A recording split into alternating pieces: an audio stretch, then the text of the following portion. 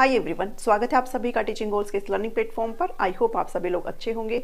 Estate का notification कल release हो चुका है और मैंने आपके साथ वीडियो भी शेयर करी थी जिसमें आपको सारी डिटेल मैंने शेयर की थी। अगर आपने नहीं देखी है तो आप उसको जरूर देखें, आपको कोई भी डाउट वहां से नहीं रहेगा। आज के इस वीडियो में सिलेबस को लेकर के डिस्कस करेंगे। जो पर्टिकुलर बात करने वाले हैं वो सीडीपी के बारे में बात करने वाले हैं, बिकॉज 30 नंबर का आपका ये सेक्शन आपसे पूछा जाएगा और इसमें क्या बदलाव है या नहीं है इस चीज के बारे में बात करेंगे।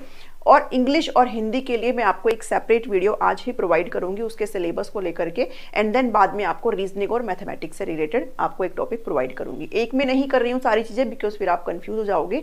तो आज स्पेसिफिकली हम बात कर रहे हैं साइकोलॉजी के बारे में, बाल विकास के बारे में, कि इसमें आपको नए सिलेबस के आधार पर क्या पढ़ना है और क्या नहीं पढ़ना और क्या आपको इसमें चेंज देखने को मिला है। साथ ही पीआरटी, टीजीटी और पीजीटी में क्या क्या चेंजेस है ये भी आपको देखने को मिलेंगे। ठीक है, तो स्टार्ट करते हैं अपनी इस वीडियो को। इंग्लिश और हिंदी में आपको जो है पेडागोजी पार्ट इंक्लूड कर दिया है, सीटेट की तर्ज पर वो सारी चीजें कर दी है। तो पहली बात तो मैं आपको ये कहूंगी कि आप बिल्कुल भी घबराइए ना, क्योंकि आपको जैसे बोला गया था इनके द्वारा कि हम जो है पास परसेंटेज को बढ़ाना चाहते हैं, तो सेम चीज करी गई है। आपके लिए चीजें अब इजी हो गई है। ठीक है, और कैसे हो गई है ये मैं आपको नेक्स्ट वीडियो में जरूर कवर करूंगी। हिंदी और इंग्लिश की बात करेंगे तब। ठीक है, तो चीजें इजी हुई है, ज्यादा घबराओ मत इस चीज को लेकर के। तो अभी बात करते हैं स्पेसिफिकली इस 30 नंबर के बारे में जो कि आपका सीडीपी का हिस्सा है। ठीक है, टॉपिक्स देखो सबसे पहले, फिर बाद में बढ़ते हैं कि आपका इसमें चेंजेस क्या है और आपको अब इसको कैसे प्रिपेयर करना है ताकि आपके काफी नंबर यहाँ पर अच्छे हो जाए, मतलब 25 प्लस तो आप आराम से इसमें ले पाए। ठीक है, देखो फर्स्ट टॉपिक है आपका डेवलपमेंट एंड प्रिंसिपल के बारे में बात करी है, यानी कि विकास और विकास के सिद्धांतों के बारे में बात करी है, जो कि आपका पहले भी शामिल होता था। ठीक है, और बाद में हेरिडिटी और एनवायरमेंट की बात करी है, अनुवांशिकता और वातावरण की बात करी है, जो कि हम कर भी चुके हैं। इसमें से 70% सिलेबस हम अपने चैनल पर कर चुके हैं। आपका सिर्फ और सिर्फ 30% सिलेबस आपका रहता है। तो ये इसमें क्या बदलाव है? कोई बदलाव नहीं है। ठीक है, अगर इन जनरल बात करें ना तो सीडीपी के अंदर कोई भी चेंजेस नहीं है, सिर्फ और सिर्फ 5% का चेंजेस आपको यहाँ पर देखने को मिलेगा। और क्या है ये 5% का चेंजेस, इसको भी डिस्कस करेंगे। ठीक है, तो पहले देखो विकास और विकास के सिद्धांत तो हम पहले भी पढ़ते थे। ठीक है, ये भी हम हेरिडिटी और एनवायरमेंट भी पढ़ते थे। ठीक है, नेक्स्ट जो टॉपिक है वो है सोशलाइजेशन, समाजीकरण की प्रक्रिया है, जिसमें हम समाजीकरण के स्टेजेस को पढ़ते थे, जिसमें हम एरिक एरिक्सन को पढ़ते हैं। ठीक है, तो वो भी आपको पढ़ना है। ठीक है, आई एंड मी थ्योरी है, ठीक है, कूले की थ्योरी है, तो ये आप सब आपको पढ़ना है। सामाजिक प्रक्रिया के अंदर जो कुछ भी चीजें मैंने आपको करवाई हुई है वो सारी चीजें आपको पढ़नी है। ठीक है, उसके बाद जो मेजर पार्ट आ जाता है वो पियाजे और कोलबर्ग और वाइगोत्स्की आ जाता है, जो कि सीडीपी की जान होती है। इनको तो हम कभी भी नहीं छोड़ सकते, ना ही इन्होंने छोड़ा है, जिसके अंदर हम लोगों ने थ्योरीज को पढ़ना है। ठीक है, जो सिद्धांत इनके द्वारा दिए गए हैं और क्या क्या डिफरेंसेस हैं इनके बीच में। स्पेसिफिक बात करें तो पियाजे और वाइगोत्स्की के मतों में कहाँ कहाँ भेद है, ठीक है, कहाँ कहाँ उनके मतभेद हुए हैं, ये आपको जरूर पढ़ना है। पियाजे ने अपना जो है कॉग्निटिव डेवलपमेंट के स्टेज दिए थे, पियाजे ने मोरल डेवलपमेंट की भी बात करी है जिसको हमने पढ़ा है। ठीक है, कोलबर्ग ने मोरल डेवलपमेंट की बात करी है, वाइगोत्स्की ने आपका सोशो कल्चरल थ्योरी दी है जिसमें उन्होंने संस्कृति की, समाज की बात करी है। तो ये तीनों थ्योरी आपको पढ़नी है, आप इनको छोड़ के नहीं जाएंगे। यहाँ से क्वेश्चन आपका मस्ट है जो पूछा जाता है। नेक्स्ट जो टॉपिक है वो है child centred and progressive education, बाल केंद्रित और प्रगतिशील शिक्षा हिंदी में इसको कहा जाता है, जो कि हम अपने चैनल पर कवर कर चुके हैं। ठीक है, तो चाइल्ड सेंटर्ड और प्रोग्रेसिव एजुकेशन की बात यहाँ पर करी जाती है। पहले कैसा था, पहले टीचर सेंटर्ड था, अब चाइल्ड सेंटर्ड हो गया है। ठीक है, जो एजुकेशन में डिफरेंसेस आए हैं उनको आपने यहाँ पर पढ़ना है, जो कि हमने अपने चैनल पर अच्छे से कर लिया है। ठीक है, और अगर आप इस चैनल से भी अगर आप नहीं पढ़ना चाहते तो भी आपको कैसे इसको प्रिपेयर करना है ये मैं इस वीडियो के एंड में आपके साथ जरूर शेयर करूंगी। ठीक है, नेक्स्ट जो टॉपिक है वो इंटेलिजेंस का है, बुद्धि का चैप्टर है, और यहाँ पर आपको बहुत सारे थ्योरीज है जो मैंने करवाई हैं और आपको पढ़नी भी होती है। बट यहाँ पर इन्होंने मेंशन किया कि मल्टी डायमेंशनल थ्योरी, तो ये जो मल्टी डायमेंशनल थ्योरी है वो ये गार्डनर की थ्योरी की बात कर रहा है। ठीक है, गार्डनर की जो मल्टीपल डायमेंशन की थ्योरी है उसको आपने पढ़ना है, जिसमें उन्होंने 8 से 9 प्रकार की बुद्धि की बात करी है। इसको पढ़ना है बिकॉज क्वेश्चन आपके यहीं से ही आते हैं। बाकी इन्होंने यूनिफैक्टर थ्योरी की बात करी है, इसमें 2 फैक्टर थ्योरी भी आती है। ठीक है, ग्रुप फैक्टर थ्योरी आती है, टायर्किक थ्योरी आती है। तो ये सारी थ्योरी आप जरूर पढ़ के जाइए, आप इनको छोड़े ना, बिकॉज पता नहीं है भाई एग्जामिनर का कहाँ से क्वेश्चन ले ले। बाकी अगर आप इसे पढ़ते हैं तो फिर कोई दिक्कत नहीं है, उसमें से कम ही क्वेश्चन पूछे जाते हैं, है ना। बट अगर आपको पढ़नी है तो मैंने बहुत शॉर्ट फॉर्म में आपको ये सारे वीडियोस प्रोवाइड करी हुई है, सभी आप जरूर पढ़ के जाएं। उसके बाद आती है जेंडर बाइस, लैंगिक असमानता की बात करी है, ठीक है। लैंगिक, ये छोटा सा चैप्टर है, आप इसको आराम से कर पाएंगे। फिर है इंडिविजुअल डिफरेंसेस, व्यक्तिगत भिन्नताएं की बात करिए। भाई हर क्लासरूम में हर प्रकार के बच्चे होते हैं, ठीक है, उनकी मेंटल एबिलिटी के आधार पर कैसे भी कि उनके कास्ट के आधार पर, ठीक है, उनके रिलीजन के आधार पर हर प्रकार के बच्चे होते हैं। तो आपको हर बच्चे को यहाँ पर एड्रेस करना होता है और यहाँ से एक प्रश्न जरूर आपसे पूछा जाता है, ठीक है। तो यहाँ पर क्वेश्चंस जो ऐसे होते हैं जिनको आपको रटने की जरूरत नहीं है, वो आपके कॉमन सेंस पर डिपेंड करता है, ठीक है। कि यानी कि आप जो है कई बार तो इतने बेसिक से क्वेश्चन पूछ लिए जाते हैं कि क्या आप ऐसे बच्चों को अलग कर देंगे। भाई क्यों कर देंगे, है ना, सब बच्चे आपके लिए समान है, सब बच्चों को आप इंक्लूड करके चलेंगे, सभी के लिए आप जो अपनी स्ट्रैटेजी है उसमें बदलाव लेकर के आएंगे, ठीक है। तो इंडिविजुअल डिफरेंसेस आपका छोटा सा टॉपिक है, ये वाला और ये वाला आप एक दिन में आराम से कर सकते हो।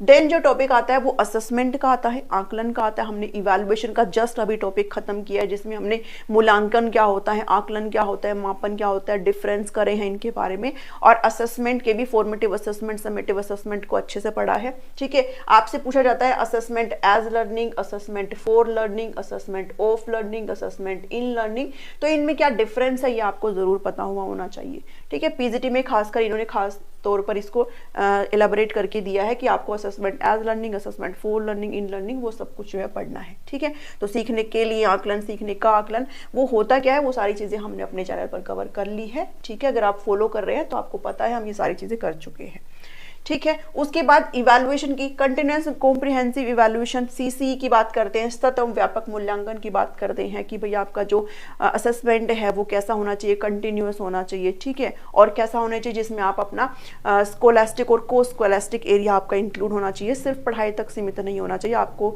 वैल्यूज भी आनी चाहिए, आपके मोरल वैल्यूज यहाँ पर मायने रखते हैं, ठीक है। तो सीसी कब लागू हुआ, किसने लागू किया, वो सब हम चीज कर चुके हैं, ठीक है। तो सीसी हो गया।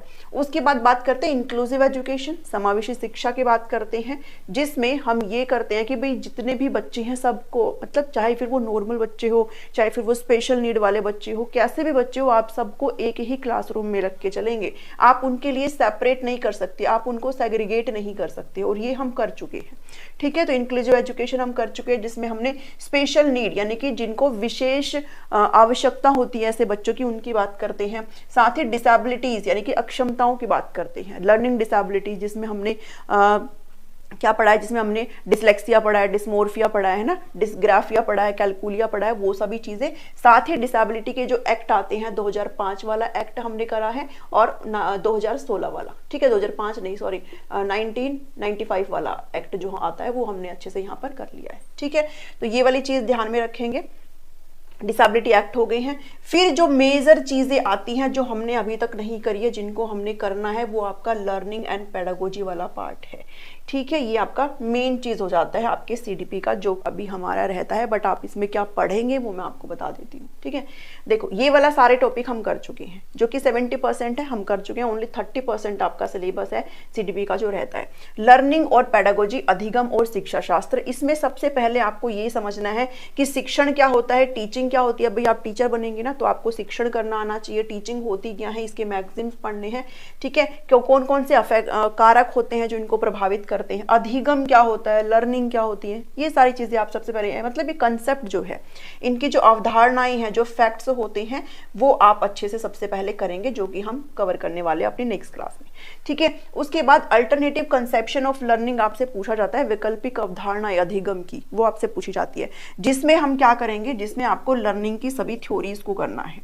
लर्निंग के, अधिगम के जितने भी सिद्धांत है, जो कि आपके बिहेवियरिज्म के जितने भी सिद्धांत है ना, व्यवहारवाद के आपकी ट्रायल एंड एरर थ्योरी आ जाती है, जिसमें, ठीक है, वो कुत्ते वाला सिद्धांत आ जाता है, ठीक है, पावलोव का। तो बहुत सारी थ्योरी है, कंस्ट्रक्टिविज्म की थ्योरी इसमें आ जाती है, कॉग्निटिविज्म की थ्योरी आ जाती है। तो जितनी भी थ्योरीज हैं वो सब आपका इसका हिस्सा हो जाती है, अल्टरनेटिव कंसेप्शन का, ठीक है। फिर बाद में आपका जो टॉपिक आता है वो कॉग्निशन एंड इमोशन का आता है, यानी कि संज्ञान और संवेग का आता है। कॉग्निशन का मतलब क्या होता है, मतलब आप कैसे इंफॉर्मेशन को प्रोसेस करते हो अपने माइंड में, आपके मानसिक क्रियाओं से रिलेटेड होता है, ठीक है। तो कौन कौन आप इसमें स्टेजेस को पढ़ते हो, जो कि आपसे पूछा जाता है एग्जाम में, स्टेजेस की बात करते हैं इसमें हम, ठीक है, कौन कौन से चरण होते हैं आपके इंफॉर्मेशन को प्रोसेस करने के।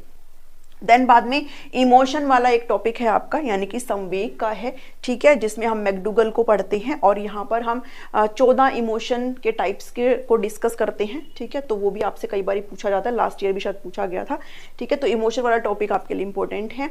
उसके साथ साथ आपको मोटिवेशन एंड लर्निंग करना है, यानी कि अभिप्रेरणा और अधिगम, जिसमें हम इंट्रिंसिक मोटिवेशन को पढ़ते हैं, ठीक है, इंट्रिंसिक को पढ़ते हैं, एक्सट्रिंसिक मोटिवेशन को पढ़ते हैं, मतलब आंतरिक और बाह्य जो अभी प्रेरणा है उसको पढ़ते हैं, दोनों में डिफरेंसेस को पढ़ते हैं, ठीक है। कौन कौन सी थ्योरी इसके अंतर्गत आती है, तो इसमें हम मैस्लो की, अब्राहम मैस्लो की जो मोटिवेशन की थ्योरी है उसको कवर करते हैं, ठीक है। उसके अलावा मैकडूगल को हम यहाँ पर पढ़ते हैं।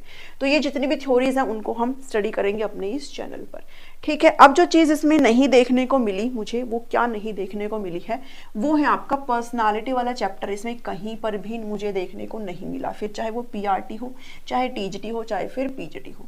पर्सनालिटी यानी कि व्यक्तित्व, जो कि हम कर चुके हैं, बट इसका मतलब ये नहीं है कि वो वेस्ट गया है। क्यों, पता है क्या, देखो कुछ भी चेंज नहीं है, आपका सीडीपी का सिलेबस वही है, सिर्फ और सिर्फ पर्सनालिटी हमें देखने को नहीं मिला है। तो बस यही वो 5% का चेंज मैं आपके साथ डिस्कस करूंगी कि सिर्फ मुझे ये चैप्टर देखने को नहीं मिला, जबकि ये वो चैप्टर है जो अपने आप में सबसे ज्यादा वेटेज सीडीपी को दे करके जाता है। हमेशा 4 से 5 क्वेश्चन यहाँ से पूछे जाते हैं, 4 से 5 क्वेश्चन पर्सनालिटी से। तो एक बात बताओ, जो टॉपिक आपका इतना बड़ा वेटेज देकर के जाता है वो इन्होंने यहाँ से हटा दिया है। तो क्या आप अपने साथ मतलब थोड़ा सा भी ऐसे, क्या आपकी अंतरात्मा आपको कहती है, देखो मैं अगर पर्सनली बात करूं, मुझे ये नहीं लगता है कि आप पर्सनालिटी वाले चैप्टर को छोड़ करके जाएंगे, ठीक है। ऐसा मैं क्यों बोल रही हूँ, क्योंकि जो टॉपिक अपने आप में इतना बड़ा वेटेज दे करके जाता है, अगर बाई चांस इन्होंने एक आधे क्वेश्चन दे दिए तो फिर क्या करोगे, है ना। मान लो 3-4 क्वेश्चन ही दे दिए तो फिर क्या करोगे। जहां आप इतनी चीजें पढ़ रहे हो वहां पर ये टॉपिक पढ़ने में क्या जा रहा है, कुछ भी बुराई नहीं है इस चीज को पढ़ने में।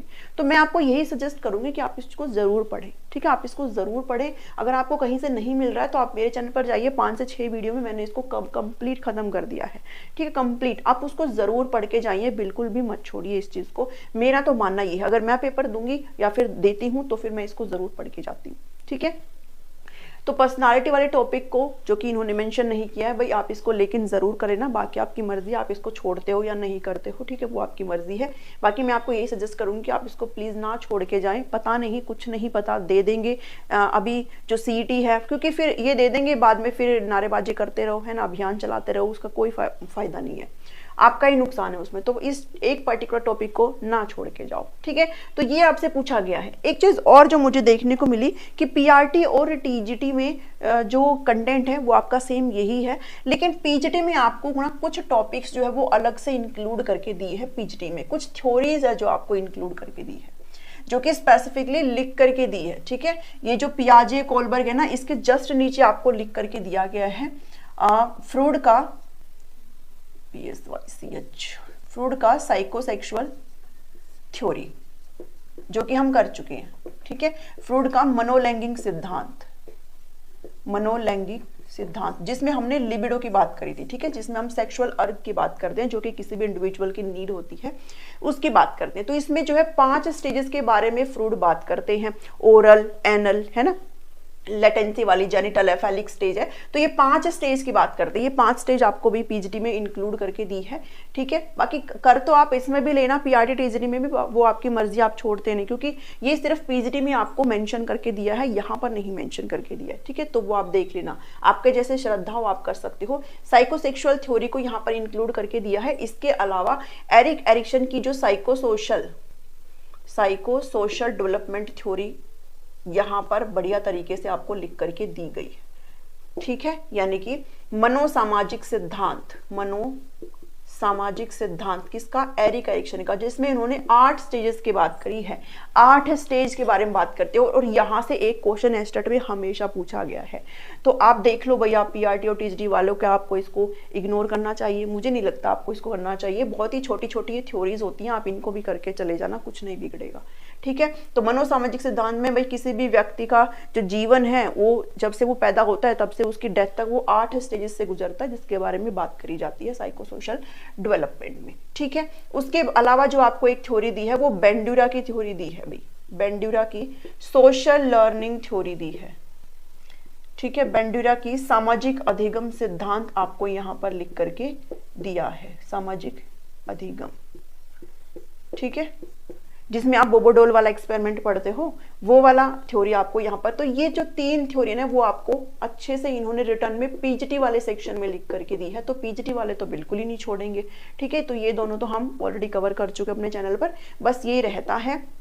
अगर आपको ज़्यादा जल्दी है तो फिर आप 2022 वाली जो मेरी एस्टेट की प्लेलिस्ट है आप उसमें जा सकते हो, उसमें ये सारी चीज़ें आपको इंक्लूडेड है, ठीक है, और ये भी सब इंक्लूडेड है। बट अभी हम फ्रेश तरीके से इनको भी स्टार्ट करने वाले हैं, ठीक है। तो कल से ही आपको यहाँ से ये जो बच गया ये तो कंप्लीट हम कर ही चुके हैं, ओनली 30% वाला रहता है, ये भी मैं आपको क्लासेस प्रोवाइड करना शुरू कर दूंगी, ठीक है। एक चीज़ और मैं यहाँ पर सॉल्व करना चाहती हूँ, आप में से काफ़ी कैंडिडेट पूछ रहे हैं कि भाई जिन्होंने नोट्स लिया है, अब सिलेबस में आपका परिवर्तन आया है, जो कि हिंदी है, इंग्लिश है, उनमें परिवर्तन आया है, तो जो आपका पैडागोजी वाला जो पार्ट है ना, पैडागोजी, ठीक है, जो आपके सब्जेक्ट के पैडागोजी वाला पार्ट है वो मैं आपको नोट्स में जरूर ऐड करके दूंगी, ठीक है। तो उसमें थोड़ा टाइम लग सकता है, मुझे भी टाइम दीजिए, बिकॉज चेंज हुआ है तो सिर्फ आपके लिए चेंज मेरे लिए भी हुआ है, तो उसमें आप थोड़ा सा मुझे टाइम देंगे, बट मैं आपको सारी चीज़ें उसमें ऐड करके दूंगी। जो भी आपका पेडागोजी वाला पार्ट है वो हिंदी और इंग्लिश दोनों का जो है वो एक ही बार में कवर हो जाएगा, ठीक है, क्योंकि सेम टॉपिक है, बस आपको हिंदी में पढ़ना है, इंग्लिश में पढ़ना है, ठीक है।